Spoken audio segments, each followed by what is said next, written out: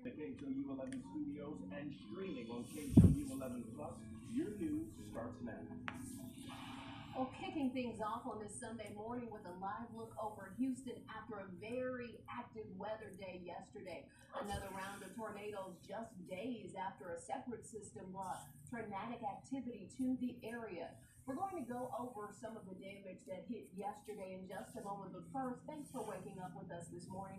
I'm Katy Winfrey in for Trace and Brad, joined by meteorologist Chris Ramirez. Yesterday was a doozy. Any chance we get a bit of a break today? Yes, we're going to have a much needed break from this active weather pattern that we've been experiencing. But if you can see residents cleaning up pieces of a home's roof and windows that were blown off, and another house that suffered serious damage to its roof and garage. A few residents told us it all happened in just a matter of seconds.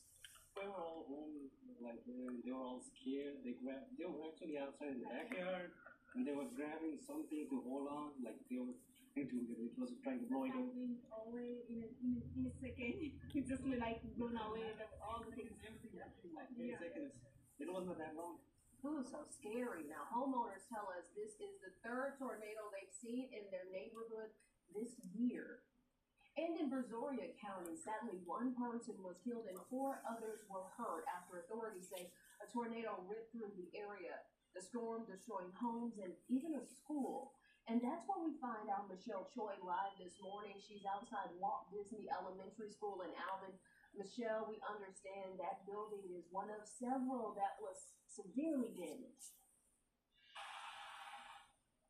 Look, I know because it's still dark outside, it is very hard to see, but I can tell you there is no longer a roof left on this school building. There are also pieces of broken brick scattered all over this property, as you might imagine. It's going to be another long day for this community as folks wake up. They've got a lot of work ahead of them as they try to pick up the pieces and clean up the damage. But to give you a recap of what's unfolded out here less than 24 hours ago, let's take to some video we shot just hours after the storm blew through. Now, according to the Brazoria County Sheriff's Office, a tornado touched down between Liverpool and Hillcrest Village.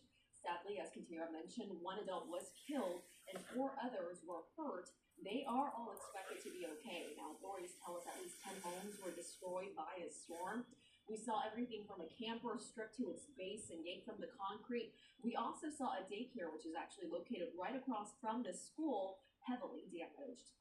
We have poured our heart and soul into this center for many years, so it's really hard to see it getting damaged. Yeah, your heart just goes out to the residents here. We're told at one point there was also at least 8 power lines that were down. The damage you just saw there, just a snapshot of the destruction left behind. Now, back out here live this morning, cleanup efforts are expected to continue. We are also trying to figure out when the National Weather Service team will be out here to survey the damage. I've also reached out to the Brazoria County Sheriff's Office this morning, hoping to get another update. As soon as we learn more, we'll let you know. Katira? Yeah, hopefully we will get a closer look at the damage and find out that people truly are safe this morning. Thanks, Michelle. Extensive damage in parts of Montgomery County. Stephen Goins spoke with a number of neighbors in Conroe who say they're completely stunned by what they saw. The aftermath, almost unbelievable. Trees snapped and thrown around, cars smashed and flipped over. This home and so many others, just a wide open space and blue tarp where walls used to be. My son called me and said, "Hey, there's tornado warning in your area." Clinton Rawls says just a minute after he got that call, everything changed. Right when the wind started picking up, I said, "Okay, we all need to get underneath the porch." Before I could get the word porch out of my mouth, we were all on the ground, and it just went, "Ka-wee." I've never seen wind like that before. When it was all over, this is what he saw. Rawls says he lived in this community for nearly 25 years. Now, so much of it is gone. It was a direct hit, no doubt. I mean, you can look and see it was a direct hit. Close by, a row of RVs and mobile homes completely destroyed. This house in pieces, as if it had a bomb dropped on it. I ran and got under a pew and just sort of waited for the storm to pass over. Pastor Joshua Katy says he was inside his church along FM 1485 when the severe weather hit and left a hole in the roof of his building. I just thought it was going to be a few limbs, and then you see houses destroyed and camper trailers tipped over and fences down. I was blown away. This local firehouse also sustained some damage. A piece of the metal roof laying in shambles on the ground. People here now assessing the damage to their homes, lives, and businesses. But the cleanup still to come. And that was Stephen Goen reporting. Now, Montgomery County leaders and the Red Cross have opened a shelter to help residents displaced by the storm. It's located at the East Montgomery County Community Development Center in Splendora. The address is 16401 First Street. Pets are welcome, but you need to bring supplies for your pets.